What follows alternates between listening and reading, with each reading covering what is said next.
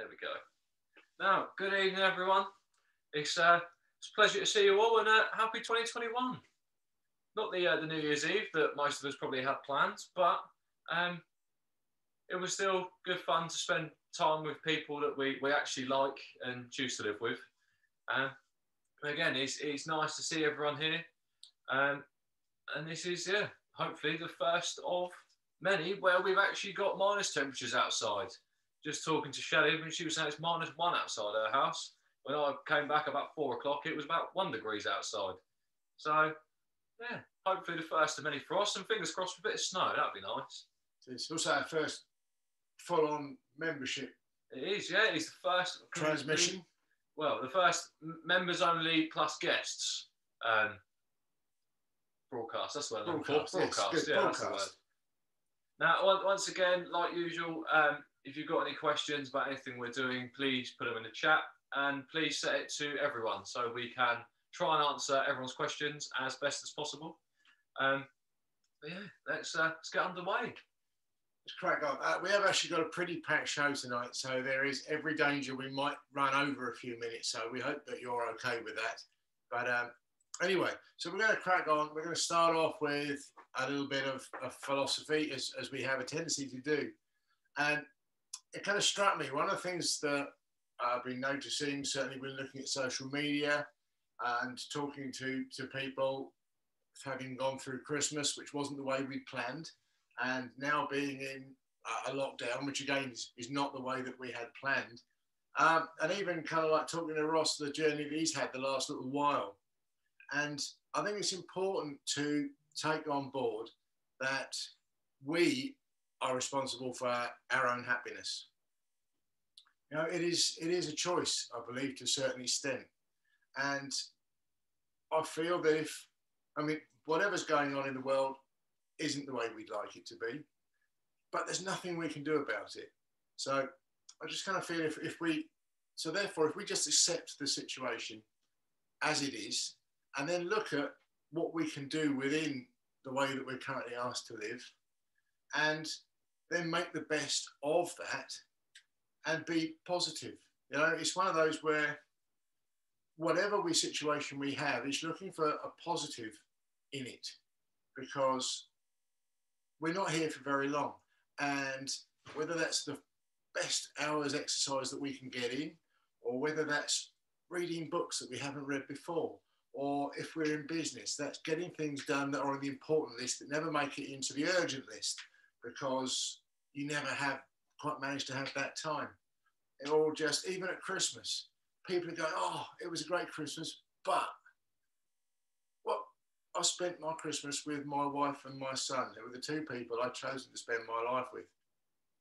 And I had a great Christmas because of that. And I refuse to have any other attitude. So it's just a case of take on board the situation you've got, accept it, and make the best of it, because your happiness is your choice. Amazing. So one of the things that we're going to be looking at over the next few weeks that I do to try and ensure I keep my attitude, my happiness, my perspective where it should be. I have a morning routine, and that has 4 elements to it, and it works really, really well for me.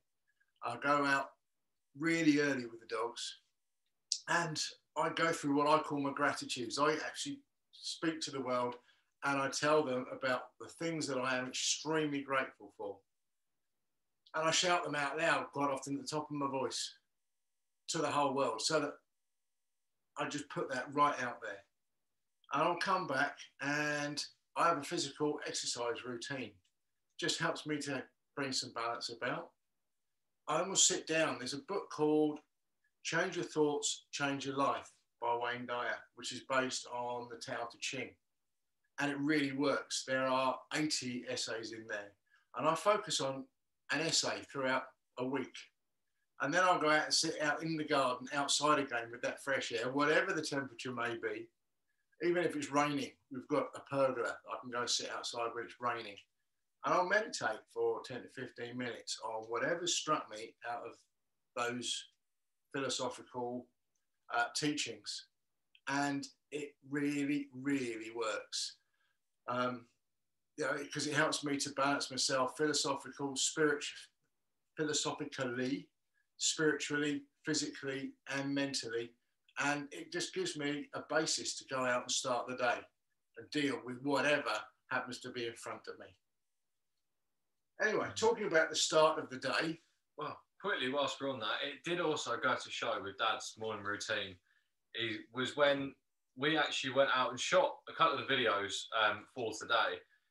We had a bit of laugh and a joke because there was, you know, the weird little metal things they have in the middle of roads between sort of the white lines on the white stripes down the road. Cat's eyes. Cat's eyes, that's what they're called, cat's eyes.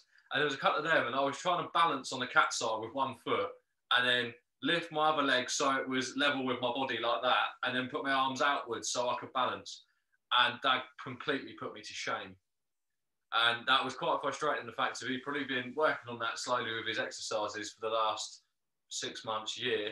And I'm there thinking I'm the athletically fit one, the one that hasn't got aches and pains everywhere, and I'm getting completely outdone.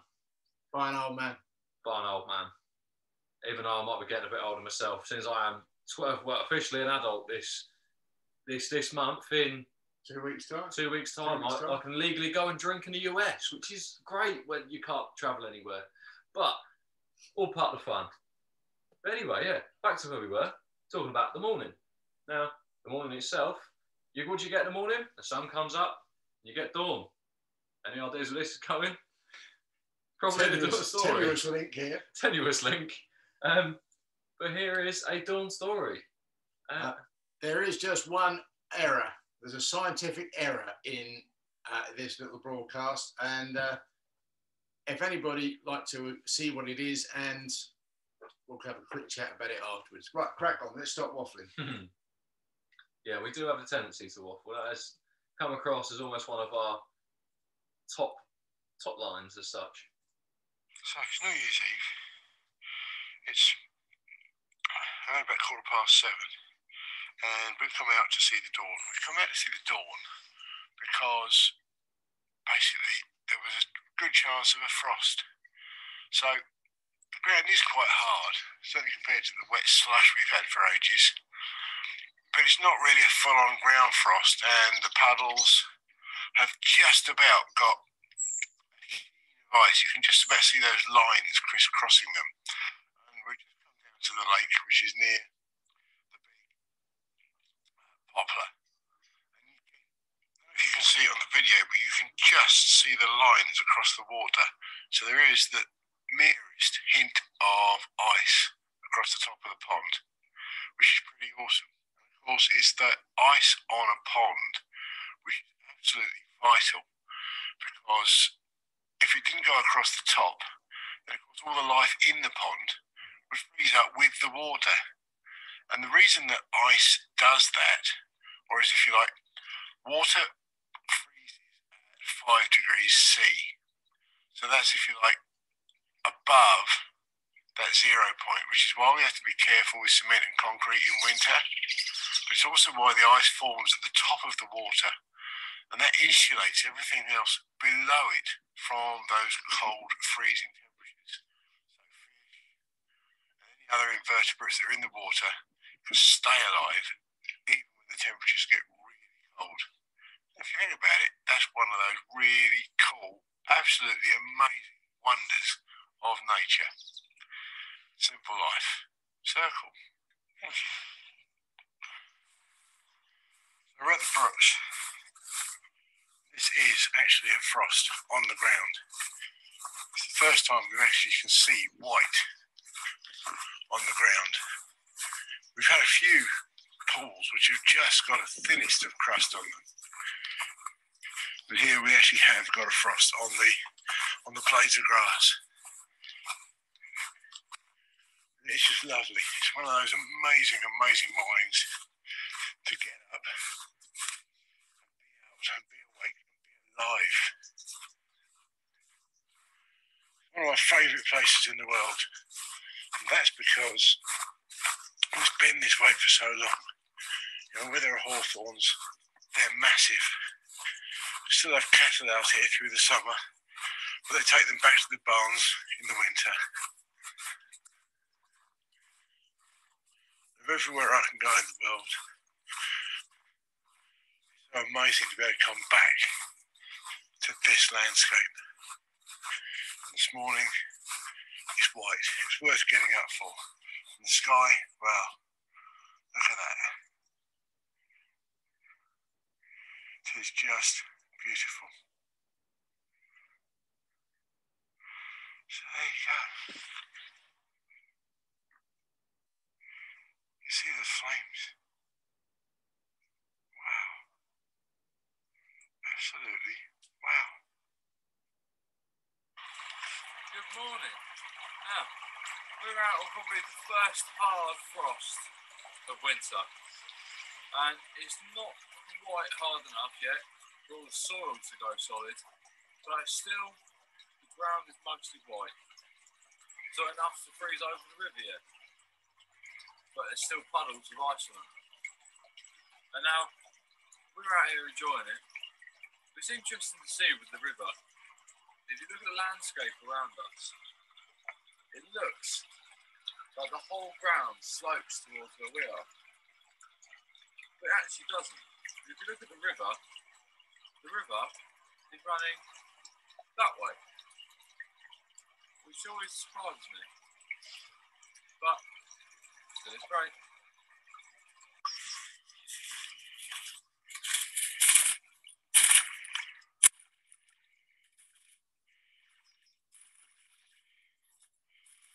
Always a certain pleasure about being the first person to approach their way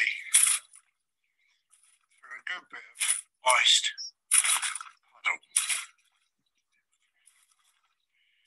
Makes anybody of any age immediately revert back to childhood. Yeah, that is definitely something I've done since I was a kid. It was always good fun to go out and actually just go out and jump in a puddle and crack it in your wellies. And that was possibly, I think that was the first morning, all autumn and winter, where I've decided I'd rather be in my wellies than in my walking boots. But was also remind me of as well, was when I was in school, way back when, there was one morning when I would have been year 7 or 8, and there was, just on the way to school, there was a dip in the pavement and it was completely ice. Now, most teenagers' opinions is it's cold, I want to be warm. So you didn't really enjoy it. But this one morning, we were all about half an hour late for school because there was this iced over sheet and it was such thick ice, there was no water underneath it, and you could just slide back and forth on it. And there were a couple of times we ended up on our bottoms, sliding back and forth over this bit of ice. But no, walking through the ice still is fun. Still enjoy it now. So did anybody realise the scientific unintentional misinformation that was given in that video? No, chat's very quiet. In that case, I will put that error right this very moment. Water doesn't freeze at 5 degrees C. If it did, we'd have had a different temperature scale. Water freezes at 0, around abouts. But what it does change at 4 or 5 degrees is its density, which is why when we get ice, it formulates at the top of a lake or a pond. And that's what means you get that skin and the water underneath stays as water. Otherwise, if it froze completely at 0 degrees or 1 degrees, everything that was in the water would be frozen solid at the same time. So fish would just be frozen in space. They'd have nothing to breathe and they'd have no way of moving. All the invertebrates, frogs, anything else in the water would just be frozen in place. So it is one of the absolute miracles, if you like, of the way that the world has worked, evolved, become the world that it is that at 5 degrees, it changes density and the water and the ice will then rise up and freeze at the top of a pond. And I think that's pretty amazing, because if that hadn't happened, just think how different our world would actually be. Yeah, I never knew that. Now I do. You do? So the opposite way around as well then? Opposite way around. Yeah, so if it's hot, then the water temperature changes because like, you know when you walk in a shallow layer of water, it's generally warmer than if you go and walk in like a deeper section of water. So obviously ice comes to the top. It does. Does that mean then the hotter water then stays at the top and doesn't switch round? I'm not sure, but I imagine that water underneath is going to be relatively uniform in temperature because the ice actually will seal it from the temperature above. Yeah. And if there's any movement in there, then that movement itself will generate some heat. So you'll get a slight change. But if the water itself is actually warmer than the air above, then that's also going to affect the ice. So, yeah. There you go. Well, it answers it. Now, this is a new section we're running, which came in from an idea that we'd had in the end of last year. And we also put a little bit of a teaser out in the group for everyone that saw it. And Pete, you were right. It is Pegwell Bay Hoverport. It is, the old Hoverport. But I won't talk too much because we'll do our same usual thing and end up telling you everything that we've said in the video. Don't forget, also, Judith had a picture of herself there on a push bike from a push bike ride. That is true. That is very true. I forgot about that. It's always one of those amazing things to we've been really great engaging with people in the Facebook group this week. So please carry on to do that. There is just one thing we would put in. You see, in our search to increase our use of technology and make it as good as it possibly can be, we had to do this in 2 trips because when we went out the first time, the wind was blowing an absolute hoolie. And some of the videos that we shot, we were just standing there, and if you could lip read, you'd be okay. But if you couldn't, then you'd have heard nothing. But wind. You would have heard wind. So anyway, we went back and we reshot some of those scenes with a microphone. So there's no end to our abilities to evolve technology. Now, you're going to see a huge difference because we've got a mix of videos here of the first visit and the second visit. And it will make it quite clear how much better it is with a microphone. So just be warned, some of them are a bit louder than others, but it will never happen again because we'll always have a microphone with us. It also means that the volume should then stay constant because at the moment we've got a cable and we can only get as far away from each other as that cable allows. But anyway, this is our video of nature reclaiming Pegwell Bay. Enjoy. Oh, where is she gone? There it is. That's the one I'm after. I don't know if I can actually read. Oh, I thought I would have learnt that in school. Apparently not. Hello, we are down in Pegwell Bay at the old Hoverport. Now, as you can see behind me, this was the car park, as you can see from all the lines, all the little bays. But all the green you can see has come in because the water has cracked the tarmac and soil's got in there, everything's got in there. And it's things like cow parsley, grass, moss and hogweed all grow really quickly and really easily without many nutrients. Now those nutrients come in and grow, and then you get the whole area being reclaimed by nature. I'm stood right on the edge of the tarmac car park, and you can see behind me the original salt flats, and behind that you can see the sand. The tide is right out today. But it just goes to show how nature will continue undaunted by modern times, if you like, and it's only whilst we maintain our intrusion that stays safe and viable. As Ross has shown you, the car park is very, very quickly recolonised by wildlife, but it's very interesting to see behind us just how flat this area is, which made it so good and perfect for the hovercraft back in the day. And the only real reason that the hovercraft stopped coming is because it ceased to be a commercially viable enterprise. So when we stopped and we left, as you can see, it won't be that long before this car park starts returning back to the lands that we can see behind us and around the other parts of the hoverport. Yeah, now I'm currently still on top of an old drainage channel. Now, I don't know if you can see it, all the way along here, you've got these little grids. And what they do is just push everything back out when the water surges it in. Just have a little bit of information for you. So this is actually a dogfish egg case. Dogfish is a small shark.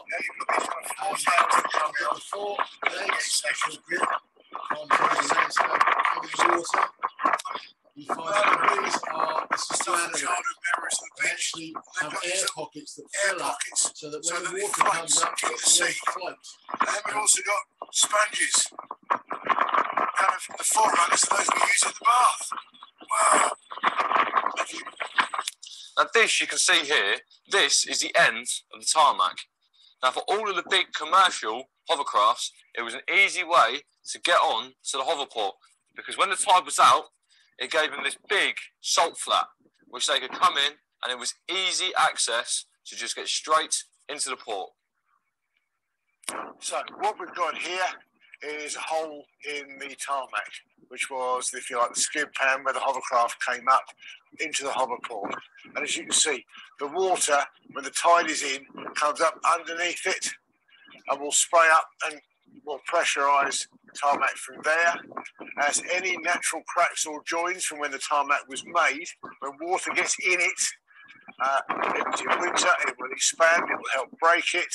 That water is a really, really powerful means of just breaking things up, reducing things to rubble, breaking them down. You can see there is still a little bit of a pool and a puddle in here, but as that water comes in and bangs away and goes out, bangs the next time the tide comes in, ultimately the tarmac, the concrete will collapse and you get a hole such as you see here. So we've now moved about 20 to 30 yards from where we shot the video with Ross and the Buddleia just now. Now we're in the lee, we're in the shelter of the cliffs, and it's a completely different world. If you look down, we're still on top of tarmac, so this is still part of the old hovercraft site. Look how much bigger the Buddleia is. It's vastly larger than we were before. You know, the last one was about here, and this one's at least twice, if not 3 times taller. It's taller because there's more soil, there's more nutrients in the ground for it to absorb, but also because there's so much less wind. It's not able to deal with that dehydration caused by the wind coming through and taking all the water away from the leaves. So it can photosynthesize better, it can breathe better. So it gives you a clear indication of just how a small space can have a dramatic effect on what can grow. Because we've still got that hard base, but we've got that shelter that allows the plants to grow. See you again in a minute. Hello. Now, this is part of the old hoverport, and where we are now, this used to be on the pavements that ran alongside the main road, but those were the drains. It's been taken back by the countryside. So, we're up on the old pedestrian entrance to the hoverport. You can see it's still here, and we come round, you've got the steps which then lead down to the hoverport itself.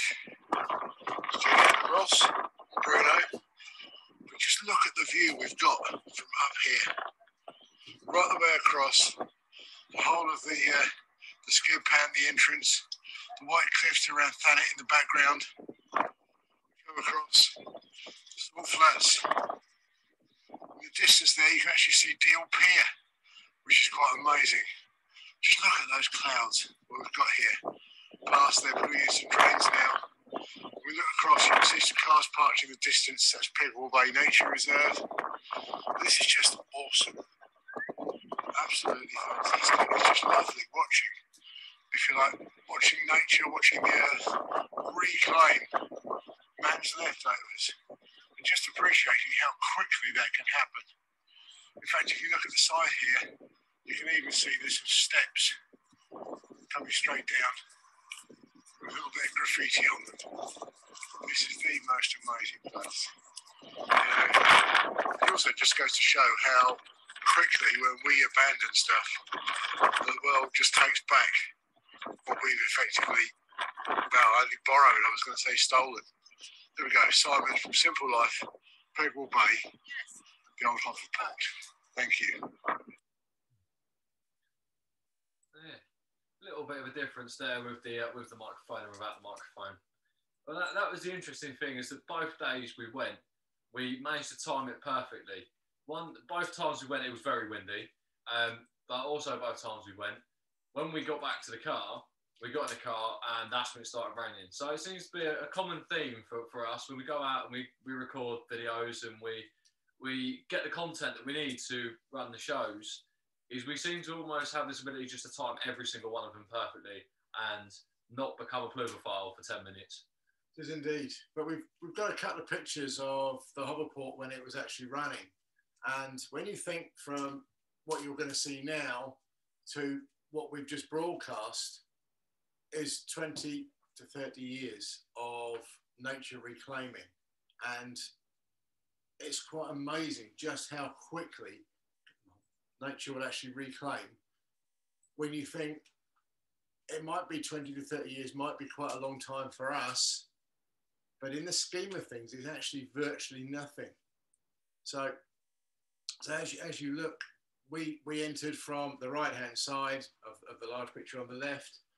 You can see the drainage channel there that Ross was actually stood in when he did that little video. And then we kind of worked around in a clockwise formation and went around to the back. And the footbridge is actually just behind the main complex. So there you go. It is a quite dramatic change. And I'd imagine in another 20 to 30 years, there will be very little tarmac and concrete actually available to see at all. But I have to admit, I just love being a part of nature, actually saying, well, you did your bit, but you know what? We're having it back now, you finished.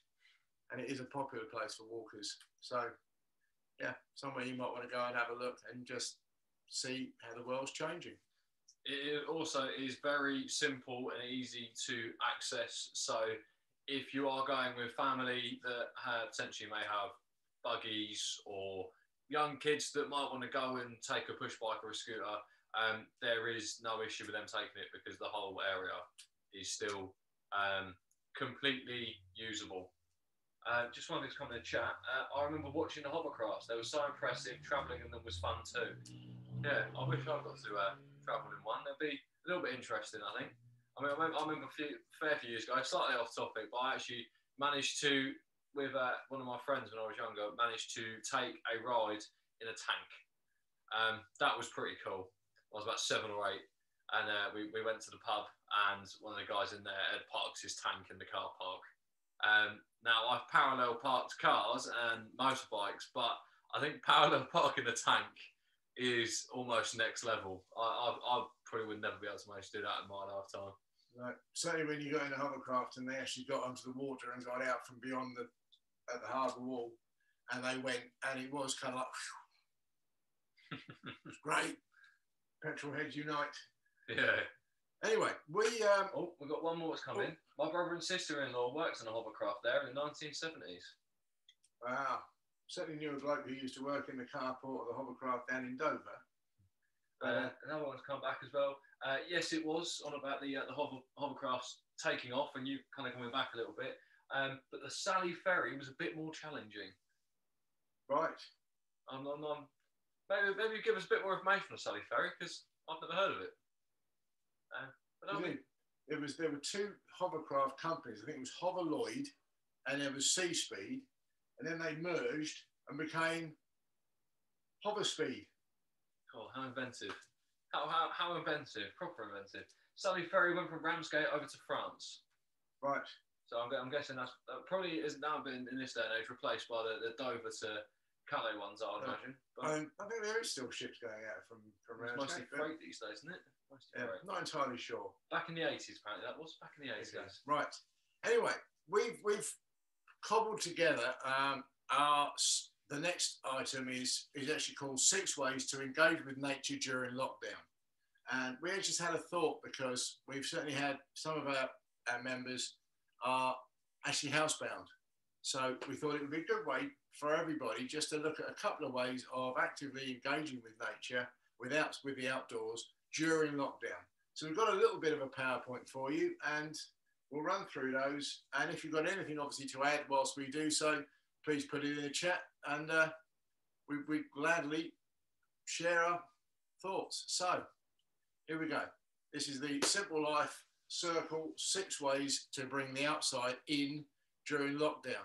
And you might realise as we go through that the phrase bringing the outside in is going to become a bit of a strap line. So this is it, 6 ways to bring the outside in. Number 1. So number 1 is go outside or open a window and breathe. Now, I mean, I can vouch for this personally myself. When my isolation ended and I got the opportunity to go outside again, I absolutely jumped at it. The opportunity to actually be able to go outside and get some fresh air and see a different landscape that wasn't the view out of my bedroom window was brilliant. I absolutely loved it. And that's the thing, is that even with the government guidelines and restrictions, you can still are allowed to go out and for one bit of exercise a day. And for me, that has to be going on a walk. There's no rule on how long of a walk it has to be. So I could do my one bit of exercise and go on a walk all day. And I would quite happily go and do that. But if you can't get out and do the walk, just open a window and just stand by that window and just take in that fresh air. Let that fresh air in. Let all of that kind of almost that muggy and heat and all of that kind of built up air that you've got inside, just let it out for 10, 15 minutes by keeping the window open and just bring in, it might be a little bit chilly, but just bring in some fresh air and it always makes me feel much better. Yeah, so if you just shut your eyes for a moment, you can almost feel that air traveling through the whole of your body. You know, it really does just clear a mind which is befuddled by heat, or even when you're feeling really kind of sleepy or tired, if you've been working, it works. But whilst you've got that window open, you might want to attempt number 2. Get to know the birds on your patch. You know, if you've got feeders and they're up, actually get to know which birds are there. You know, we've talked about sparrows and we've looked at sparrows within the circle. But do you know the difference between a sparrow and a dunnock? They're very different in behaviour, but they are a little bit similar to look at. But there's ways of telling them apart. Do you know your friendly robin or your blackbird? And notice the different ways that blue tits and great tits actually use feeders compared to sparrows. Or the fact that robins and blackbirds tend to feed from the ground. They clear up the mess that the messy sparrows, and sparrows are messy, will make. But if you are stuck indoors, then what you could do is utilise the feeder that Ross is going to tell you about. Yeah, so I will quickly tell you a little bit about it, but I will show you after we've done a PowerPoint, just because you can't probably see it very well at the moment. Essentially, I got Dad a Christmas present, and I got him a window bird feeder, which has got suction cups on it, and it attaches to the window. But I'll tell you a little bit more and show you it when we finish the PowerPoint.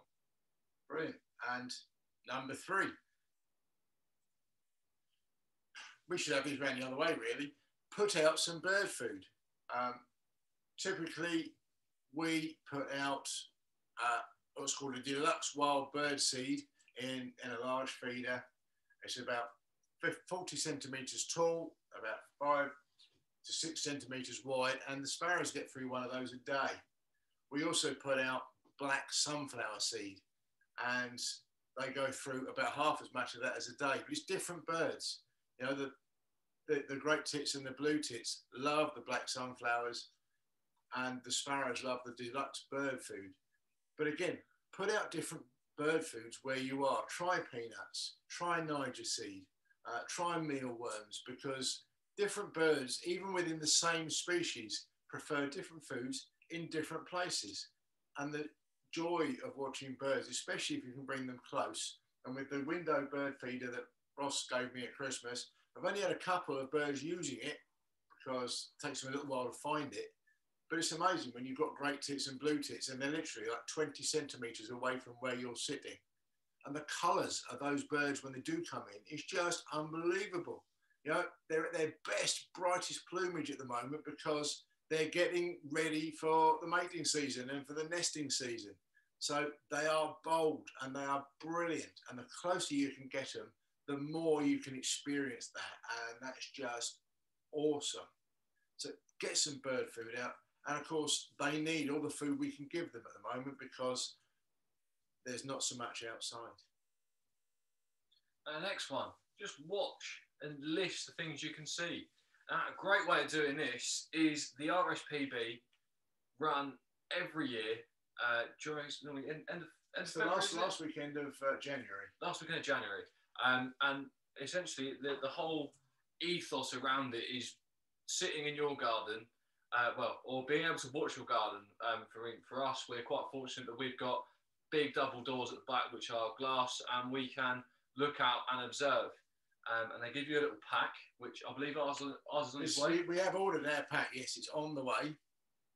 And you sit out, I think it's for an hour. You pick an hour over that weekend and you record all the birds that actually come into your garden, whether they feed or whether they just walk about. But they say, don't record the ones that happen to fly over it because that's an accident.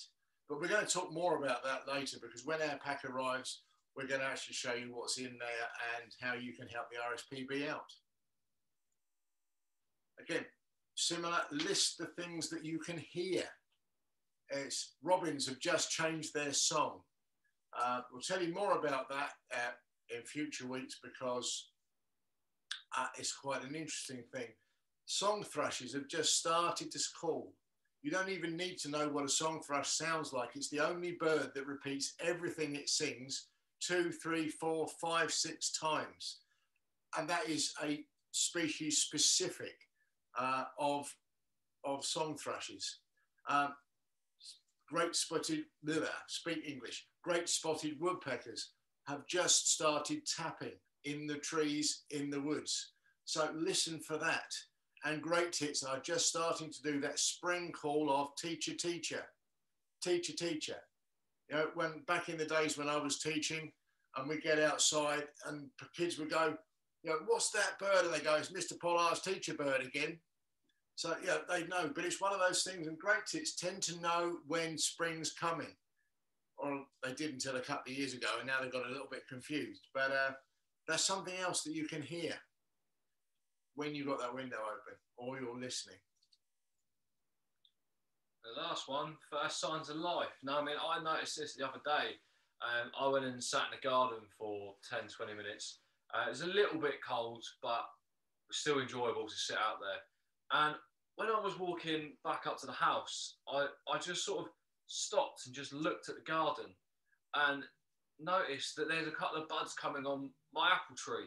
Now, I managed to save the apple tree when I was working as garden landscaper and planted it in our garden because the root ball was pretty much intact. I managed to save it, and it's got a few little leaves coming on it, and it's got some buds growing on it, which is always really nice to see because I've managed to save a tree that wasn't going to be home. It was about to be thrown in the skip, and I thought, no, I'll take that home. And whilst walking past that, I managed to see that all of the bulbs that are in the garden, you're just starting to see these little green tops just appearing all over the soil as well, which is just brilliant. It is. Snowdrops won't be very long now before they show their heads up bright and white. And if the timings for the whole world are out the way they have been, it probably won't be that long before blackthorn blossom is starting to show its face into the world. If you look at trees, the leaf buds are starting to show. So it is, have a look and see how things are changing. What's the first thing that's going to come to life? And keep a record of it, because as humans, we love to record things. So we just thought those 6 things, if you actually consciously start thinking about how you might do that, are just going to give you a simple connection with the outside world. And that's just what I've started doing with me and my apple tree. Shame if my name is not Adam, because it would have worked quite well, Adam and my apple tree. But I've just started to take a picture of my apple tree every day or at the end of every week. I haven't quite decided yet. Depends what the progress looks like. But I'm going to almost document it, and I'm going to try and hopefully put them together into a video and just run picture after picture and just see the progression of my apple tree from January to December this year, and just see the change in it throughout the year. And I thought that might be quite a nice thing that we maybe could have at the end of the year.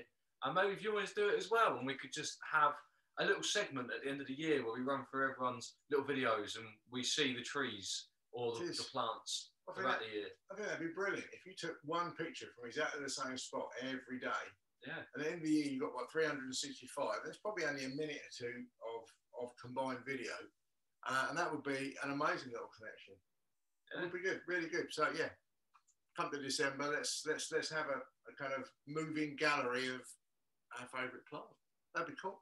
Yeah, it would be amazing as well if members could do that themselves as well. Just a couple of things that have come back in the chat. Chris has just come back and said, I do this off the grapevine from the CCTV. Yeah, wow. That's one way of doing it. You've got the CCTV and no one's breaking into your house. Better ways to use it, I guess. And a couple of other things as well coming from Judy. So I keep a bird identifier book in the kitchen so I can look up the birds that visit my feeders. Brilliant way of doing it. I remember when we actually got the big double doors and the windows put on the back of the house. I remember before school, I'd sit there and I'd eat my bowl of cereal or my yogurt or whatever before I went to school. And where I was growing up, I'd look out and be like, Dad, what's that? And he'd be like, oh, it's a sparrow. I was his book. Yeah, this was my bird identifying book. It was really good, and it's still learning as well, which is even better. And I just remember sitting there, and he went, "Oh, that's a sparrow."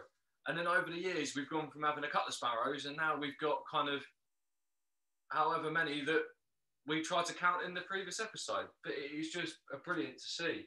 There's another tenuous link, actually. If you want to just do that last bit of chat there, mate. Yeah, the last couple of bits, again from Julie, just I put out sunflower hearts for the birds. Yeah, cool.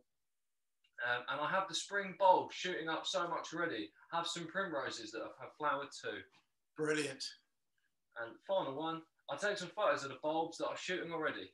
Please do, put them in the group. Brilliant. We'd love to see them. Absolutely. So, moving on from these pictures of a yearly cycle, you see, we keep coming back to that life cycle thing. So the next little feature is actually about cycles. Not quite cycles, cycling. Cycling. So we'll get our suffixes correct. This is a little article that Ross did with his cousin, who's a very, very keen cycler, and he actually popped in earlier. Luckily, he's just in our bubble, so that was okay. And they've just done a little video of Scott's love of cycling.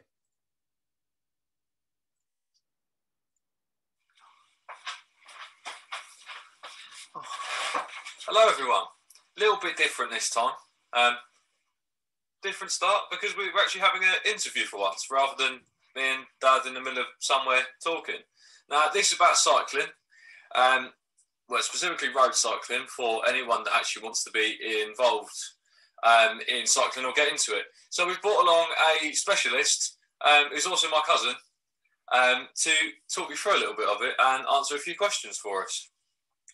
So the first one is, how did you get into cycling? What was the thing for you that got you into it?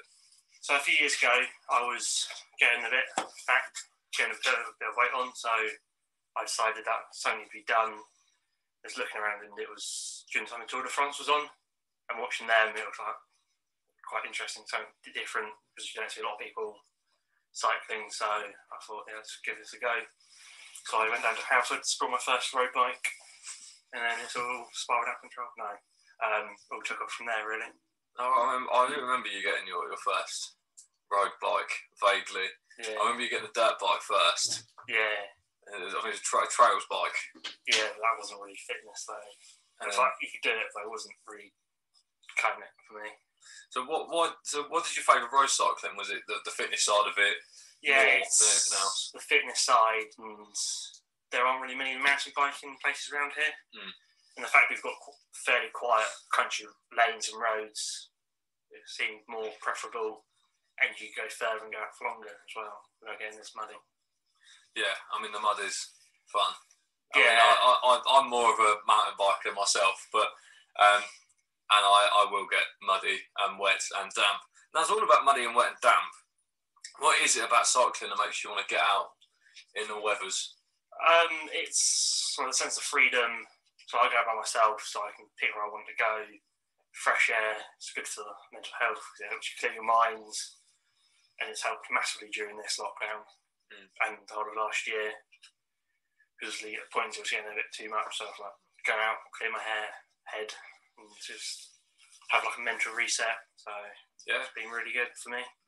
definitely. I mean, everyone has their own ways of dealing with stuff and getting through it. For me, as everyone knows, all the members know, it's getting out and just going for a walk. And clearly for you, it's getting out and cycling everywhere. Being one of those hazardous, pain in the arse people on the road, I'm sure. Yeah, well, I go faster than a lot of the other people, so I'm not as much of a pain as other people are. Now, what do you look for when you're cycling? Have you seen anything out of the ordinary? So, is there anything you go out and you say, for example, if you're going to go cycling on the seafront, you're looking out for a certain thing? Yeah, so wherever I go, I'll judge on hazard. So, like you mentioned, along the seafront, I'll be looking out for like dogs, people walking, the elderly. Or if I go more inland, I'll be like watching out for potholes, looking at where a place I can pull in if there's a car coming, puddles. So basically it's trying to pick a safe route and a safe line so I don't hurt others. Safe terrain, almost, depending on where you want to go. I mean, you mentioned about mental health and how it's helped you last year. What is it that cycling does that help you clear your head? Do you reckon it's the fact that you're out physically and you're physically doing something and you're creating the endorphins? And I would agree with that. Yeah, it's about getting out, clearing your heads. Because sometimes you may have like overreacted or done something you may have shouldn't. So going out, for me personally, it's about clearing my mind, having a reset, and just like reevaluating situations. No, definitely, I agree. Can you also just talk us quickly through any of your equipment and why you chose it? I mean, I have no intention of going out cycling in the rain. I quite happy to go walking in the rain, but cycling's a bit of a different one. Yeah, well, I don't generally plan to go out cycling in the rain because obviously it's wet and cold, but some of the equipment I have is like light, so you can be seen. High-vis clothing like this orange gilet I've got on at the moment, it's bright, it helps you be seen. You can also get mud guards for road bikes and all sorts, so it's all about picking the right equipment for the right season and for the right time. Brilliant. Well, I hope that's helped anyone out. And just one final question, which we haven't actually got written down, we haven't planned. That's right. But where would you say is the first place for people to start if they would start going road cycling? I would strongly recommend, if you know any friends or relatives who do cycling, talk to them first, or go to a bike shop because they'll have a lot of knowledge, or even bike clubs because they know they're doing it. So we're about talking to people with knowledge and seeing what they recommend to begin with. Brilliant. Well, I hope that's helped everyone out. And if there's any other sports that you would like to know about that we can run a small topic on for you, whether that be kayaking or running, marathons, mountain biking, anything like that, please let us know and we'll see what we can do for you. So, thank you. Cheers. Thank you very much for doing that. Yeah, there is the first of our outdoor activities. And when I was trying to think of who to bring on for that, Scott was the first person that came to my mind because I remember when we were about he turned 17 and I remember he'd been avidly saving to buy a car. Didn't buy a car, he bought a road bike. And he went out and he bought his first one. And then I remember every time I saw him, he had some form of lycra on and was on a road bike. And I mean, like he's just said, for him, that is such an outlet to go outside, to relieve stress, create those endorphins, which we all need sometimes, which is just truly what we're all about, is that getting outside. Okay, so as we mentioned at the beginning of this program, this is, if you like, where everything kind of changes us slightly and we become the membership site that we've always been aiming at. And we really do thank you so much for coming on this journey with us and putting your faith in us, to be blunt, actually spending some money to be with us. That's absolutely fantastic. And we're really, really pleased. But what we really want to know as well is we want to know what you think we're getting right. We want to know what you would like to see. We'd like to know what you think we could improve on. So we're going to be emailing out tomorrow and putting up in the Facebook group. We've got a little questionnaire survey for you, and we would be really, really pleased if you could actually fill that in, add any other comments, and send it back to us, because much as this is me and Ross doing what we do, we'd like to try and make sure that we're addressing the things that you'd like us to address as far as possible. We've had a couple of new features on today. Have you enjoyed them? Are there things that you would like us to include? That's the kind of thing. And we'd also be really, really pleased, because one of the important things now is we need to market this and get the message out to as many people as possible. So it would be, we're asking you, can you give us some testimonials that we can use in our marketing? And on the questionnaire, I mean, the questionnaire was only going to take 10 minutes maximum out of your day, out of your time. And if you would like to write us a testimonial, there is a box at the bottom which just any additional comments. So if you could please write it in there, and when we can use it to hopefully make the community bigger. Indeed. So we've one or two things we're going to do.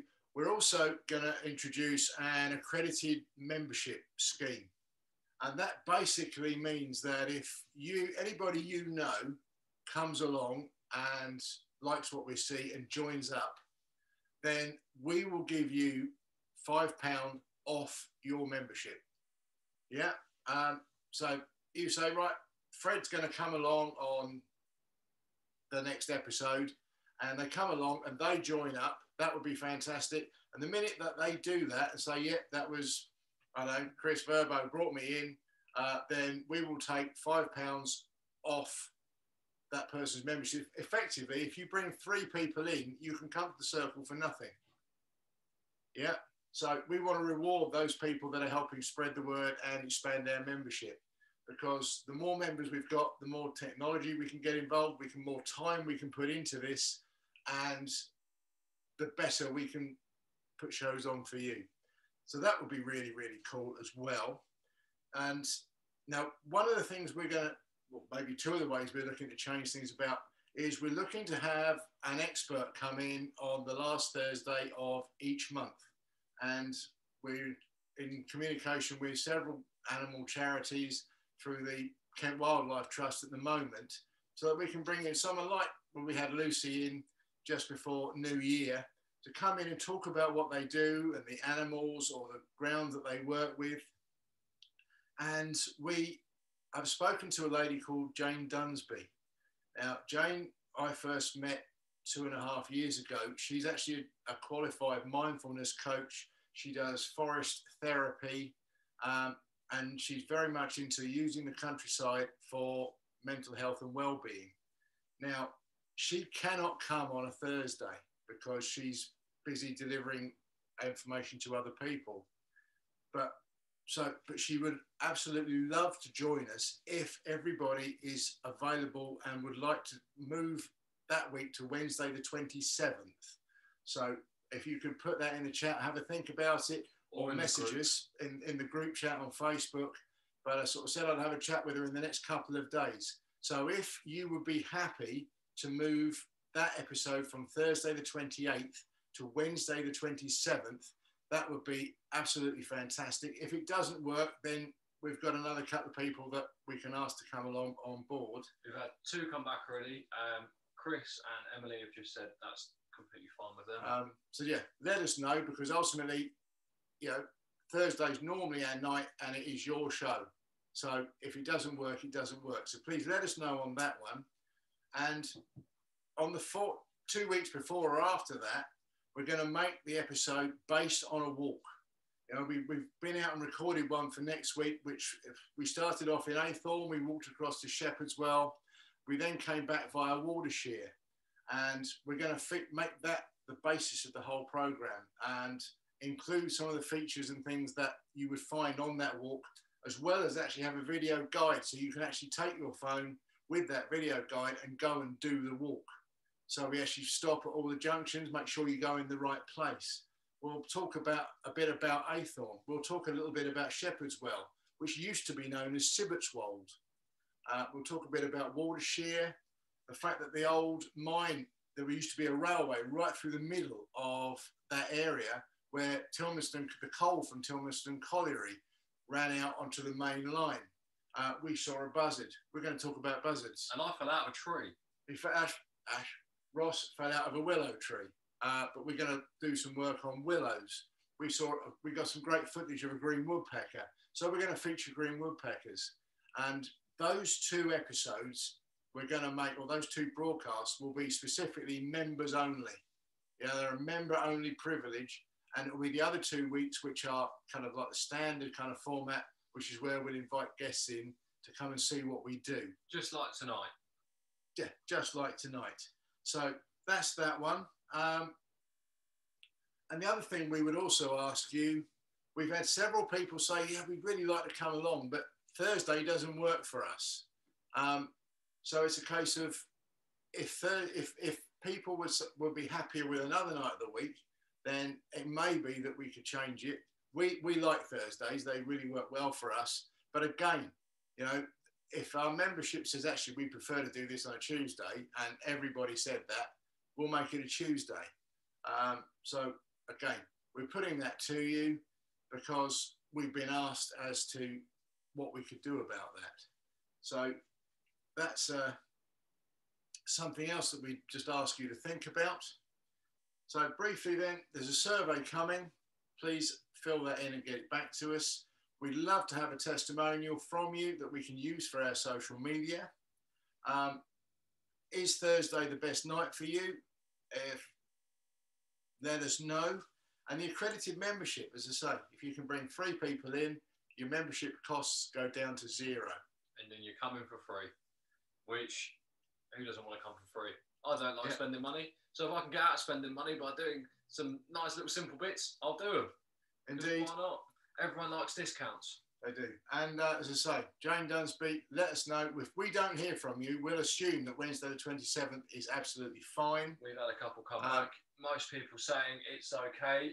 We're sorry if we do run it on the 27th, Alan. It's not the end of the world because we will record the show and we will upload it to the group so you can watch it. If you wanted to at 7 o'clock the next day or the day after on the 28th, if you still fancy watching it like normal. We will also, just another point as well, we need to put across, the recordings we make of these shows, if you can't get here, they will go up to the group with the link to take you to the show. They normally will go up on YouTube. Unlike before when they've been public videos and you can search for them, the video is only accessible via the link in the Facebook group.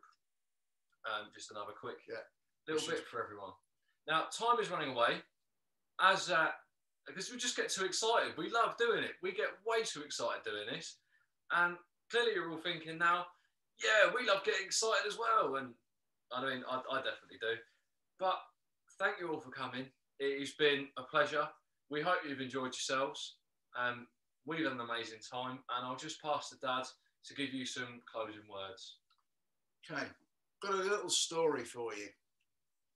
When I was probably a teenager, or maybe a little bit younger, on a Saturday afternoon, late afternoon on BBC, I think it was, there was a program, a drama called Kung Fu with David Carradine. Now, he played this character who grown up in a monastery and learned all of the arts and everything else and was morally sound, but he fell out with his masters where he grew up.